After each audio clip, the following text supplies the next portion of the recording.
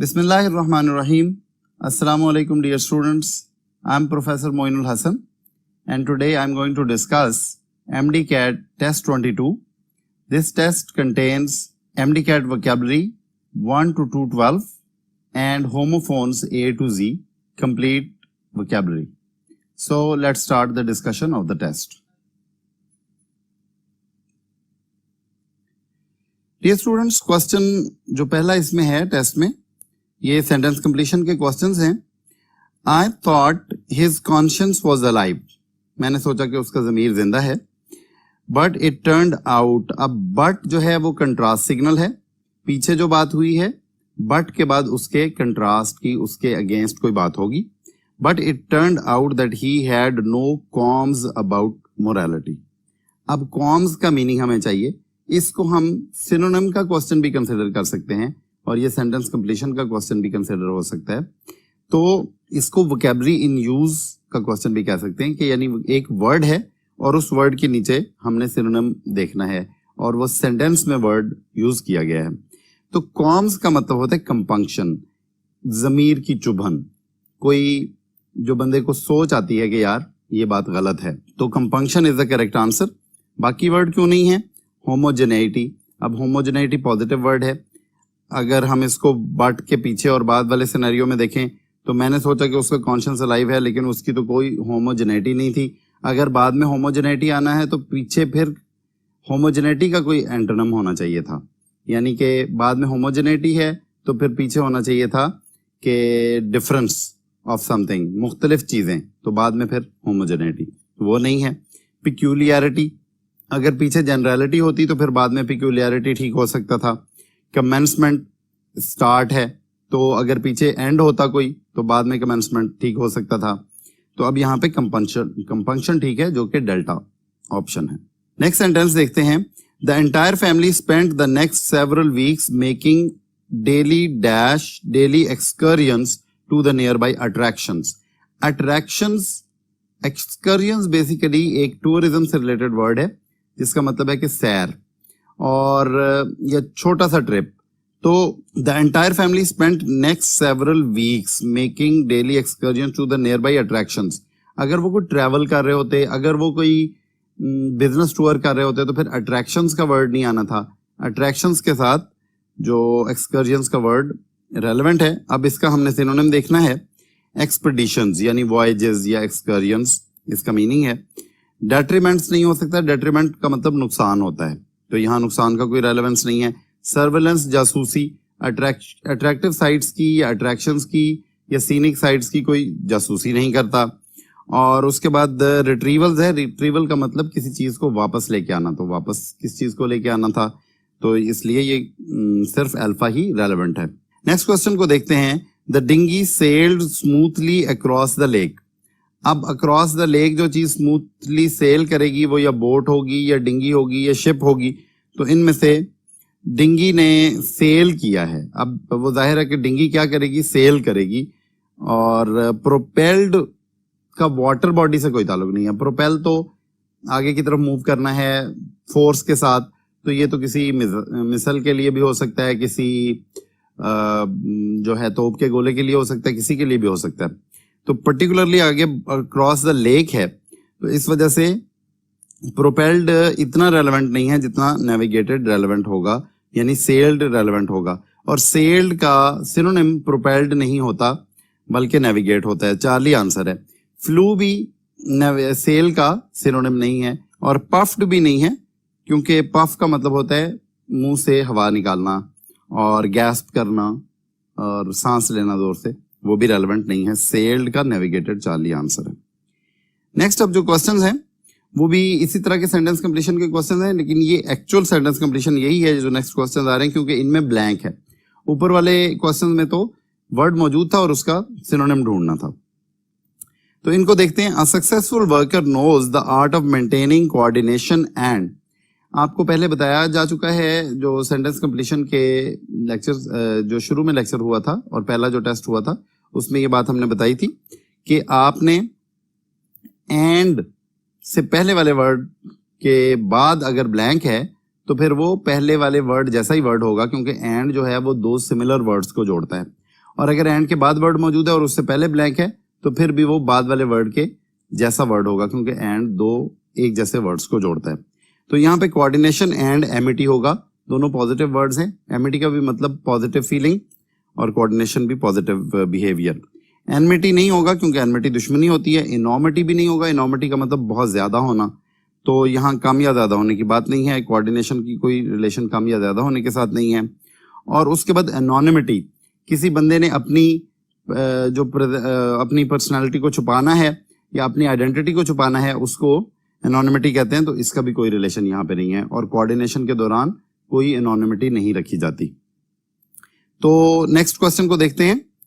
अब 119 का जो है एमिटी है अल्फा।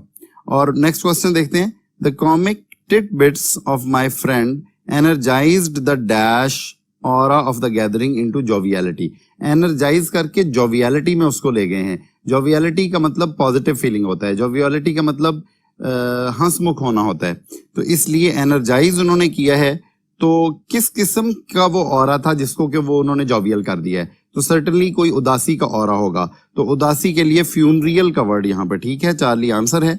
फ्यूनरल नहीं होगा क्योंकि वो एक्चुअल जनाजा नहीं था, बल्कि फ्यूनरियल कैफियत थी, यानी कि सोग की कैफियत थी। तो यहाँ पे एडजेक्टिव चाहिए वैसे, और फ्यूनरल तो नाउन होता है। उसके बाद कोलैटरल भी नहीं।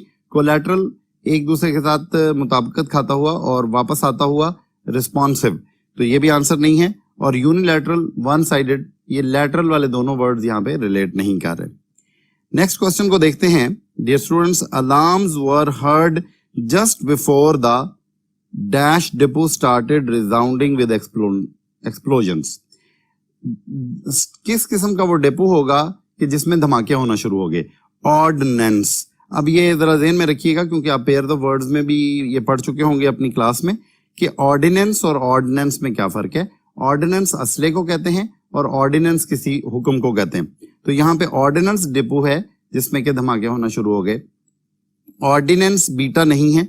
और एसोनेंस मुताबिकत, दो चीजों की आपस में मुताबिकत, एक जैसी साउंड, ये भी आंसर नहीं है। और कॉन्सोनेंस डिपो भी कोई चीज नहीं होती, इसलिए ये दोनों आंसर्स नहीं है। Alpha is the correct answer. अब हम चलते हैं जी सिनोनिम्स के क्वेश्चंस की तरफ। पहला वर्ड अलास है, तो वो is the correct answer. Alas जो है वो अफसुर्दगी और ग्रीफ का एक्सप्रेशन है, तो वो इसका करेक्ट आंसर होगा अल्फा। बीटा वाओ नहीं होगा, ये होमोफोन तो है लेकिन वाओ तो खुशी का एक्सप्रेशन होता है, इसलिए वो नहीं होगा। WOVE जो चार्ली ऑप्शन है, ये वीव की सेकंड फॉर्म है, तो ये भी यहाँ पे नहीं होगी क्योंकि बुनना, क्या चीज बुनी गई, कोई मेंशन नहीं है। और हुर्रा भी नहीं होगा क्योंकि हुर्रा खुशी का एक्सप्रेशन है। नेक्स्ट वर्ड देखते हैं, कैप्टिवेटेड। कैप्टिवेटेड मेस्मराइज्ड, यानी कि बहुत ज्यादा इंटरेस्ट किसी चीज में लिया गया और बहुत ज्यादा इंस्पायर्ड और अट्रैक्टेड टुवर्ड समथिंग। तो captivated, mesmerised, Charlie is the correct answer. Next word है डिस्प्यूट और अल्टरकेशन, इसका करेक्ट आंसर है। अल्टरकेशन भी लड़ाई को कहते हैं, झगड़े को कहते हैं, और डिस्प्यूट भी। अल्फा नहीं है। इक्विटी बराबरी को कहते हैं, उसमें झगड़े का कोई एलिमेंट नहीं है। एमिकेबिलिटी, अब ये डिस्प्यूट का एंटोनिम है जबकि हम सिनोनिम्स के क्वेश्चंस कर रहे हैं। और इंडल्जेंस इन्वॉल्वमेंट को कहते हैं, ना ये सिनोनिम है और ना ही ये एंटोनिम है। उसके बाद हियर से है र्यूमर गॉसिप, और र्यूमर गॉसिप का टाइटल करेक्ट आंसर है चार्ली। बाकी वर्ड्स देखते हैं। बेनेडिक्शन, बेनेडिक्शन BENE का मतलब गुड, जैसे कि रूट्स एंड स्टेम्स की के लेक्चर में आपको बताया गया था, वोकैबुलरी डेवलपमेंट के शुरू के लेक्चर में, कि BEN का मतलब गुड होता है और डिक्शन का मतलब वर्ड होता है। जिधर भी डिक्शन होगा, डिक्ट होगा, उसका मतलब वर्ड होगा। जैसे डिक्शनरी में डिक्ट का वर्ड को शो कर रहा है। तो title is the correct answer. और बेनेडिक्शन नहीं है क्योंकि बेनेडिक्शन दुआ को कहते हैं। उसके बाद हेरेसी है, ये इसका होमोफोन बन रहा है, हियर से का होमोफोन बन रहा है, एक जैसे वर्ड तकरीबन बोलने में, लेकिन मीनिंग डिफरेंट है।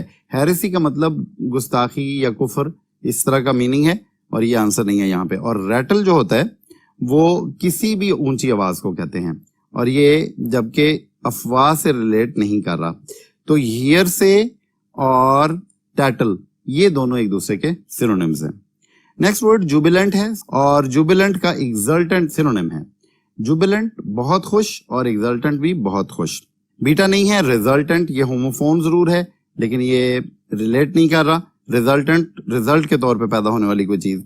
सेंटेनियल, 100 साला, ये भी रिलेट नहीं कर रहा। थोड़ा सा रिलेट करता है कि जुबिलेंट जो होता है वो खुशी है, खुशी का इजहार है, खुश होने वाला है, और सेंटेनियल 100 साल तकरीब में भी खुशी होती है, लेकिन ये बहुत रिमोट सिनोनिमिटी में जाता है, जबकि जो एग्जल्टेंट है वो एग्जैक्ट उसका सिनोनिम है। इस वजह से एग्जल्टेंट ही आंसर होगा और सेंटेनियल नहीं होगा। और ये भी जरूरी नहीं कि सेंटेनियल में खुशी मनाई जाए। अगर कोई शख्स 100 साल का हो जाता है तो जरूरी नहीं कि वो अपने 100 साल के होने की खुशी मनाए। नेक्स्ट वर्ड यूफेमिस्टिक है। यूफेमिस्टिक थोड़ा मुश्किल वर्ड है। EU जिस भी वर्ड के शुरू में आएगा, ये एक EU जो रूट है इसका मतलब ब्यूटी है या खुश या अच्छा। तो जैसे यूपेप्टिक, तो पेप भूख को कहते हैं, तो यूपेप्टिक अच्छी भूख वाला। यूफेमिज्म अच्छे अल्फाज यूज करने वाला, अच्छी सोच रखने वाला, या अच्छे अल्फाज में किसी नेगेटिव चीज को जरा बेहतर अल्फाज में बयान करने वाला। तो ये भी आंसर नहीं है। जुबिलेंट का आंसर अल्फा है, एग्जल्टेंट। नेक्स्ट वर्ड सैग्ड ऑफ है, ढीला ढाला और उतरने की पोजीशन में। तो सैग्ड ऑफ लटका हुआ, लैंग्वेज्ड इसका करेक्ट सिनोनिम है। और बाकी वर्ड्स को देख लेते हैं। डीकम्पोज तो बिल्कुल मिट्टी हो जाना, खत्म हो जाना। और एक्सटॉल्ड बढ़ा चढ़ा के किसी की तारीफ की गई, या एक्सटॉल्ड अडॉन किया गया, किसी को ब्यूटिफाई किया गया, ये भी आंसर नहीं है। और लायनाइज भी ग्लोरीफाई है, ये दोनों एक जैसे वर्ड्स हैं, बीटा और डेल्टा, ये दोनों ही आंसर नहीं है। ये एंटोनिम तो हो सकते हैं, सिनोनिम नहीं।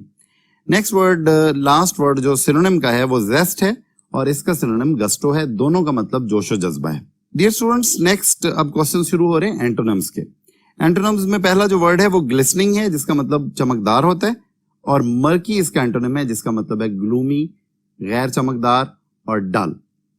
बाकी वर्ड्स, ग्लोरीफाइंग का शाइन से या ना शाइन होने से ताल्लुक नहीं है, और अगर हो भी तो वो उसका सिनोनिम बनेगा, एंटोनिम नहीं बनेगा। लिसनिंग सिर्फ एक होमोफोन है, मीनिंग से रिलेट नहीं कर रहा। और ग्लिमरिंग भी रेडियंट होता है, और वो भी सिनोनिम तो हो सकता है, ग्लिसनिंग का एंटोनिम नहीं हो सकता। नेक्स्ट वर्ड हैगर्ड है। हैगर्ड का इबुलियंट जो है वो करेक्ट आंसर होगा एंटोनिम के तौर पे। हैगर्ड, फटीग्ड और वॉर्न आउट को कहते हैं। वॉर्न, फटीग्ड एंड एनर्जी जिसमें कम हो, और इबुलियंट एनर्जी से फुल, बुल जैसा, जिसमें इसमें के बुल का वर्ड मौजूद है। तो ये एंटोनिम है। बाकी प्लश, लश को कहते हैं, ये भी आंसर नहीं है, क्योंकि ये किसी इंसान की फीलिंग के लिए नहीं बोला जाता, ये किसी चीजों की शेप के लिए बोला जाता है। और फैगट भी रिलेट नहीं कर रहा कि ये किसी अनइम्पॉर्टेंट चीज को कहते हैं। और ब्रैगट, शेखी बिगाड़ने वाला। तो ब्रैगट जो है उसका हैगट से कुछ साउंड थोड़ी सी मिलती है, होमोफोन थोड़ा सा है, सेमी होमोफोन, लेकिन ये मीनिंग रिलेट नहीं कर रहा। नेक्स्ट वर्ड जुवेनाइल है। जुवेनाइल नौजवान, यूथ को कहते हैं, और विदरिंग इसका करेक्ट एंटोनिम होगा। विदरिंग का मतलब मुरझाने वाला, यानी कि ओल्ड एज के करीब पहुंचा हुआ। जोवियल, अल्फा जो है वो आंसर नहीं होगा, इसका मतलब खुश होता है। खुश नौजवान भी हो सकता है, बूढ़ा भी। अनकाउथ, अनसिविलाइज्ड और अनरूली, ये जवान भी हो सकता है और बूढ़ा भी। और डेल्टा, एक्सूबरेंट, एंथुजियास्टिक, ये जवान भी हो सकता है और बूढ़ा भी। नेक्स्ट वर्ड मिनिएचर है। मिनिएचर स्मॉल को कहते हैं, टाइनी को। और गेंटुअन, बीटा इसका करेक्ट आंसर है, बहुत बड़ा, बहुत ओवर साइज्ड, तो ये एंटोनिम है। डिम, रोशनी के कम होने को कहते हैं, इसमें साइज का कोई रिलेशन नहीं है, इसलिए अल्फा नहीं आंसर। अनकेम्प्ड, डिशेवल्ड और बहुत ज्यादा ऑर्गेनाइज्ड जो ना हो, बेतरतीब, बिखरा हुआ, तो इसका भी बड़े या छोटे होने से ताल्लुक नहीं है। और रैगडी, रैगडी का भी अनकेम्प्ड और शैबी है। तो अनकेम्प्ड और रैगडी दोनों आपस में सिनोनिम्स हैं, तो जब दो वर्ड्स आपस में सिनोनिम्स हों तो वो दोनों ही आंसर्स नहीं होते, क्योंकि एक आंसर करेक्ट होना है। नेक्स्ट वर्ड जो एंटोनिम्स का है वो सब्सिक्वेंटली है। सब्सिक्वेंटली का मतलब लेटर है, बाद में। तो अब फॉर्मरली इसका एंटोनिम होगा। फॉर्मरली का मतलब पहले होता है। और नेक्स्ट वर्ड सक्यूलेंट है। सक्यूलेंट जूसी, टेंडर, और इसका पाच्ड होगा। सक्यूलेंट बहुत ज्यादा एनरिच्ड, जूसी और भरपूर, और पाच्ड सूखा, और थर्स्टी, गैस्पिंग, तो ये इसका करेक्ट आंसर होगा। मॉइस्ट जो अल्फा ऑप्शन है वो इसका सिनोनिम है सक्यूलेंट का, और सिनोनिम भी रिमोट है थोड़ा सा। उसके बाद इंडल्जेंट है, कोई इसका रिलेशन नहीं। इंडल्जेंट किसी मामले में दिलचस्पी लेने वाला, रिलेट नहीं कर रहा। और डिलिशियस, जरूरी नहीं कि डिलिशियस चीज सक्यूलेंट हो, डिलिशियस, बहुत ड्राई चीज भी डिलिशियस हो सकती है, लेकिन सक्यूलेंट जूसी का एलिमेंट उसमें जूस होना जरूरी है। लास्ट वर्ड जो हमारा एंटोनिम्स का है वो है वल्नरेबल। वल्नरेबल जो चीज अटैक जिसपे हो सके, जो वायबल टू अटैक हो।